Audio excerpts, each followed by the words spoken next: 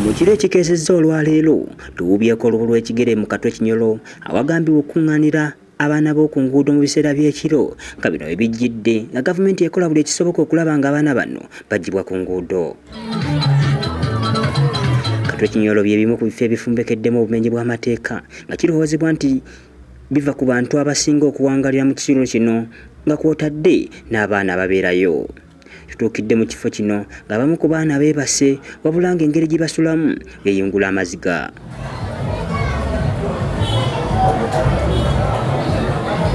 Bano balina ekifo ebakuŋŋaanira naddala mu biseera eby'ekiro era abamu tusanze nga beenyereza kugaliba enjole okusobola okweggyako sitressi.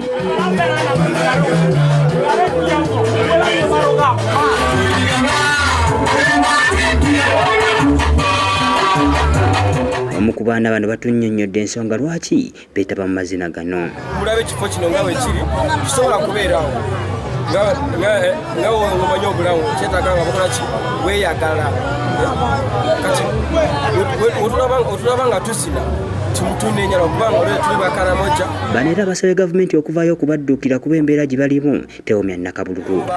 Embeera mbi tusabako gavumenti tuyambeko embeera y'okusula tusula bubi. Ne Museveni gy'oli yonna wulira embeera enyigiriza obulamu bwaffe naawe tuli tetweyagaliddewo tuli ku nnaku yansi tusiba tubonaabona basiba tuyoola.